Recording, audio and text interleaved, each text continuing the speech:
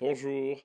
Alors pour continuer un petit peu sur l'idée de la mystique ordinaire et de la mystique extraordinaire, et pour sortir un peu de l'écueil qui consiste à penser que quelqu'un de vraiment uni à Dieu ou éveillé euh, va forcément automatiquement faire des miracles, qui est quand même un danger, parce que du coup, vous pouvez, si vous êtes éveillé ou uni à Dieu et que vous ne faites pas de miracle, vous pouvez vous poser des questions.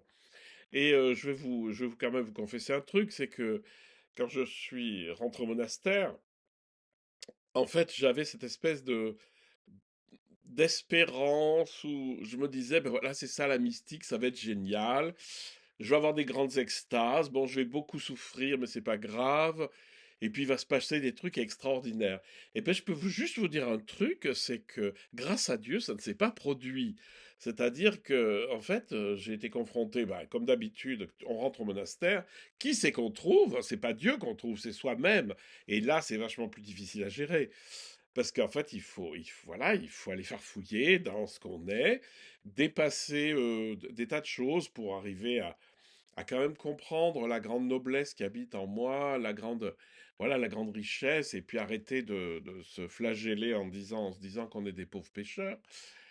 Mais dans le christianisme, on a beaucoup appuyé là-dessus, évidemment parce on est sorti d'une culture médiévale où finalement on mesurait la sainteté de quelqu'un au miracle qu'il faisait.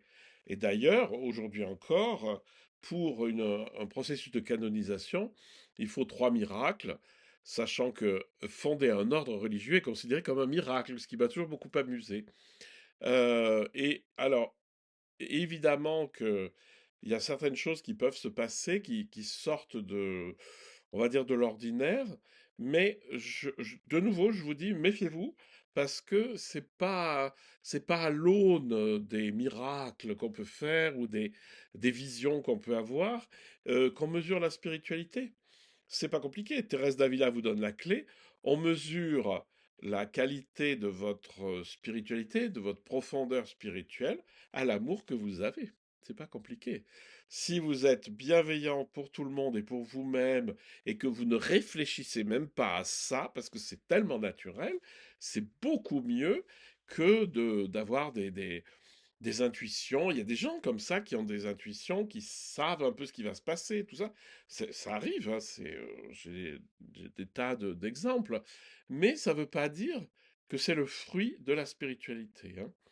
Et de même, on a beaucoup pensé, par exemple avec Thérèse d'Avila, je vous signale au passage que j'ai retraduit son dernier livre et que j'ai essayé de l'analyser de façon à ce qu'il puisse être utilisable pour notre propre spiritualité. C'est qu'en fait, Thérèse d'Avila avait des maladies neurologiques assez graves. Entre autres, elle avait des crises d'épilepsie. Il y a très longtemps qu'on a compris ça. Mais ça a été toujours interprété comme Dieu donne une extase à Thérèse. Et donc, ça rend la mystique totalement inaccessible. Parce que, en général, je vous souhaite pas d'avoir comme ça, d'avoir une vie spirituelle et puis d'un seul coup, pouf, il vous tombe une extase dessus. C'est bien gentil, mais c'est pas de ça dont il s'agit. Ce qui est intéressant chez Thérèse, c'est qu'en fait, bon, évidemment, c'est des processus bah, tout simplement pathologiques, la pauvre, parce elle avait des crises d'épilepsie, mais ce qui est beaucoup plus intéressant, c'est ce qu'elle en a fait. C'est-à-dire que comme elle était très très malade, en fait, dans sa tête aussi, elle le dit très bien. Il y a un tumulte permanent dans ma tête, comme des centaines de cataractes et des milliers d'oiseaux. Donc vous imaginez un peu. Mais ce qui est très intéressant, c'est que lorsqu'elle tombe dans une crise d'épilepsie, où donc il y a perte de connaissance, elle se rend compte que ça devient silencieux. C'est-à-dire que le mental s'arrête dans ces cas-là.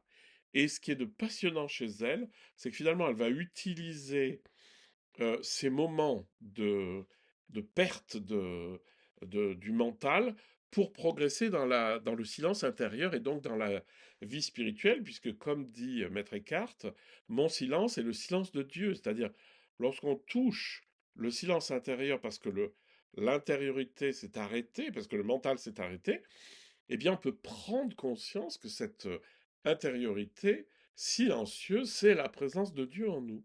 Ce qu'a fait Thérèse. Ce qui est encore plus intéressant chez Thérèse à propos des manifestations un peu extraordinaires, c'est que dans les septièmes demeures, c'est-à-dire l'état spirituel d'union à Dieu, qui est tout simple, qui est une pure présence intérieure, elle dit, je ne sais pas pourquoi, je ne comprends pas, mais il n'y a plus d'extase, il n'y a plus de vision, il n'y a plus de manifestations extraordinaires.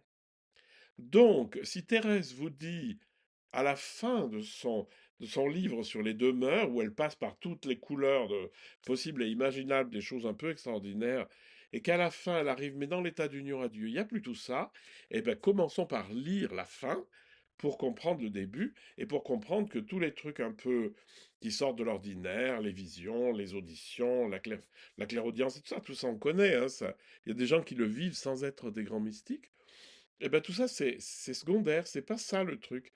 Le truc, c'est simplement être fondé sur la grande conscience ouverte en nous et aimant.